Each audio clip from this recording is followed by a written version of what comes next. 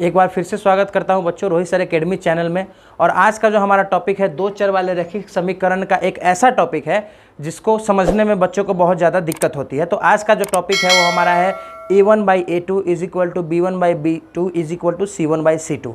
और उसमें कौन से कैसे समीकरण होते हैं और उसका कौन सा हल होता है, उसका हल यूनिक हल होता है, यानी कि जिसको आप अवरोधी हल भी बोलते हैं, रैखिक हल भी बोलते हैं, या उसका हल असंगत होता है या उसका हल असंगत होता है। संगत मतलब जिसका हल बहुत सारा हो, असंगत मतलब जिसका कोई हल ना हो। तो उसी टॉपिक को हम लोग अभी क्लियर करेंगे। तो पहला टॉपिक है a1x plus b1y plus c1 is equal to 0। ये क्या है?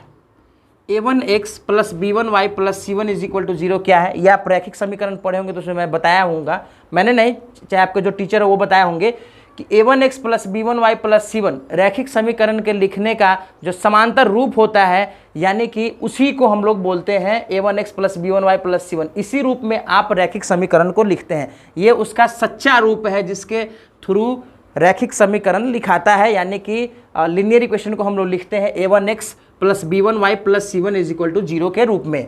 चलिए, तो यहाँ पे a2x plus b2y plus c2 is equal to 0 इसलिए दो दिए हुए हैं। ये है आपका इक्वेशन नंबर 1 और ये है इक्वेशन नंबर 2। ठीक है, तो इस दोनों को इस रूप में लिखा गया है। देखिए, a1x यानी कि a1 का मान है 2, b1y यानी कि y का मान कुछ नहीं तो साथ में 1 छुपा हुआ है, c1 कितना है आपका -5, a2 कितना है 3 है, b2 कितना है आपका 2 है और c2 कितना है -8 है। यानी कि इसको इस रूप में क्वेश्चन के तौर पे हम लिखें और इससे यह पता करेंगे बच्चों कि इसका जो सॉल्यूशन होगा, यानी कि इसका जो उत्तर होगा वो अवरोधी होगा या संगत होगा या असंगत होगा। चलिए देखते हैं, चलिए इसको हम लोग सॉल्व करते हैं। पहले तो लिख दीजिए a1/a2, अभी फिलहाल कुछ नहीं लिखिएगा, b1/b2, c1/c2। देखिए ध्यान से, चलिए इसका मान डालिए आप। तो इसके लिए क्या करना होगा, a1 और a2, b1, b2, c1, c2 का मान निकालना होगा। तो चलिए यहाँ पे मान निकाल लेते हैं। a1 का मान है कितना देख लीजिए आप, a1 बराबर, यानी कि इसके साथ a1x, देखिए x के साथ a1 है तो x के साथ a1 का मान कितना है 2 है, तो a1 हो गया 2। a2 कितना है, देखिए a2 ये रहा आपका, x के साथ a2 है तो x के साथ जो नंबर होगा यानी 3, तो a2 हो गया 3। उसके बाद b1 है आपका, y के साथ कुछ नहीं है तो 1 है। b2 क्या है, y के साथ कुछ नहीं है तो 2 होगा। उसके बाद है c1 कितना है -5 है, तो यहाँ पे क्या हो जाएगा -5, और c2 कितना है -8। ये सारा मान जो है इसके अकॉर्डिंग हम लोग बैठा देंगे। तो a1/a2 है यानी कि 2/3 होगा, क्योंकि a1 का मान है 2 और a2 का मान है 3। देखिए a1 का मान कितना है 2, a2 का मान कितना है 3। और इसको हम लोग a1 क्यों बोले हैं, क्योंकि रैखिक समीकरण में देखिए x के साथ क्या लगा हुआ है a1, तो x के साथ जो a1 का मान होगा वही ना डालेंगे हम यहाँ पे। तो a1 का मान कितना है 2 है बच्चों, देखो तो ये 2/3 हो गया। उसके बाद b1 कितना है 1 है, b2 कितना है 2 है, यानी कि 1/2 हो जाएगा। c1 कितना है -5 है, तो c1 की जगह पे क्या डालेंगे -5, और c2 क्या है आपका -8 है। चलिए इसको अब सॉल्व करते हैं। देखिए 2/3 जो है 1/2 के इक्वल में है, नहीं है, तो ये क्या हो जाएगा ऐसे, यानी 2/3 जो है 1/2 के इक्वल में नहीं है। तो इस समीकरण का जो सॉल्यूशन होगा, जो आंसर आएगा वो अवरोधी में आएगा। क्या आएगा, अब देखिए इसमें हम इसलिए नहीं जा रहे क्योंकि पहले ही वो अनइक्वल हो गया, ये पहले ही अनइक्वल हो गया। 2/3 1/2 के बराबर है ही नहीं, तो इसमें जाने से तो कोई फायदा ही नहीं है। तो ये क्या हो गया आपका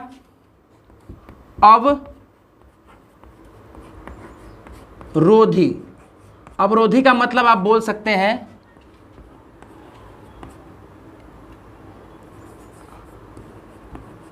रैखिक उत्तर आएगा इसका। रैखिक उत्तर का मतलब होता है, इंग्लिश में आप इसको बोलिएगा यूनिक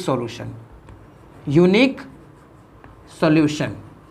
सीबीएसई वाले अगर बच्चे देख रहे हैं तो यूनिक सॉल्यूशन का मतलब समझ सकते हैं। यूनिक सॉल्यूशन का मतलब होता है सिर्फ और सिर्फ एक सॉल्यूशन होगा, यानी कि x का मान भी कोई एक ही आएगा और y का मान भी कोई एक ही आएगा। कहने का मतलब है कि x का मान भी जो आएगा, y का मान भी जो आएगा, वो दोनों वैल्यू एक ही होगा, उससे ज़्यादा नहीं हो सकता है। उसी को हम लोग बोलेंगे अवरोधी। कब, जब इक्वेशन इस प्रकार से हल होगा तब। इसमें 3 प्रकार से हल होते हैं, मैं वो देखूंगा। अभी तो अवरोधी हुआ है, संगत और असंगत अभी बाकी है।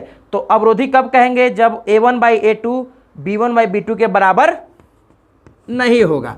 इसमें तो खैर जाना ही नहीं है क्योंकि इसमें इसी में ही इक्वल नहीं हुआ तो इसका खैर कोई काम ही नहीं है। तो इस प्रकार के जो सोल्यूशन होंगे जब आप 2/3 और 1/2 को जब इक्वल ही नहीं हो रहे हैं तो इसका जो सोल्यूशन होगा वो सिर्फ और सिर्फ 1 होगा। कितना होगा बच्चों? सिर्फ और सिर्फ 1। उसको आप हिंदी में अवरोधी बोलिए, रैखिक उत्तर बोल सकते हैं या यूनिक सॉल्यूशन के इस नाम से भी हम लोग इसको जानते हैं। तो आई थिंक कि ये वाला टॉपिक क्लियर है।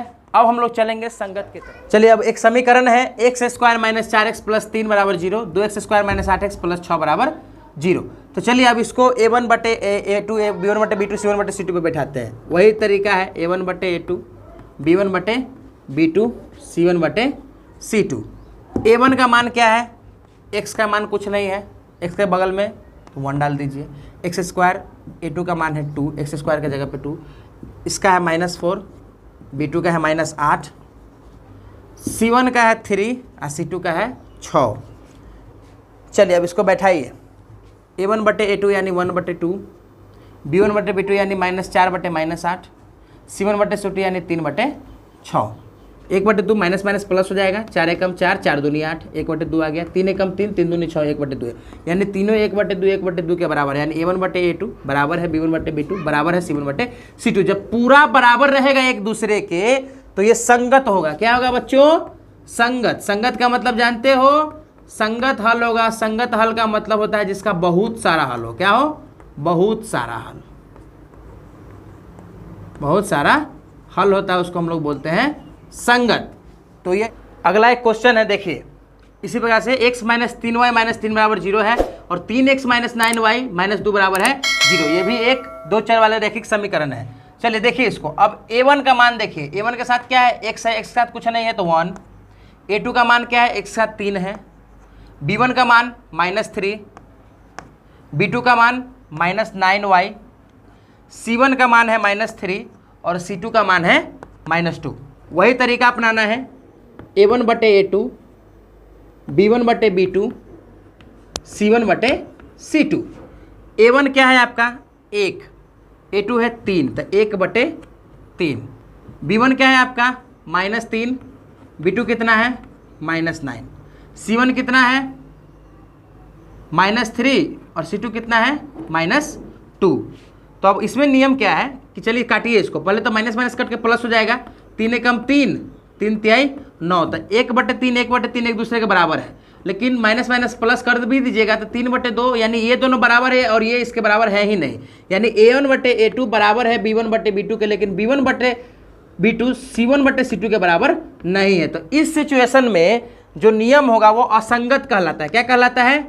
असंगत। असंगत का मतलब होता है जिसका कोई हल नहीं हो, जिसका कोई हल नहीं हो। वो किस सिचुएशन में कहिएगा आप? जब a1/a2 बराबर होगा b1/b2 के, लेकिन नहीं बराबर होगा c1/c2 के। देखिए 1/3 1/3 बराबर है 3/2 के, नहीं है। तो ये एक दूसरे के बराबर है लेकिन यहाँ पे नहीं है, तो आप कह सकते हैं कि असंगत है। पॉज।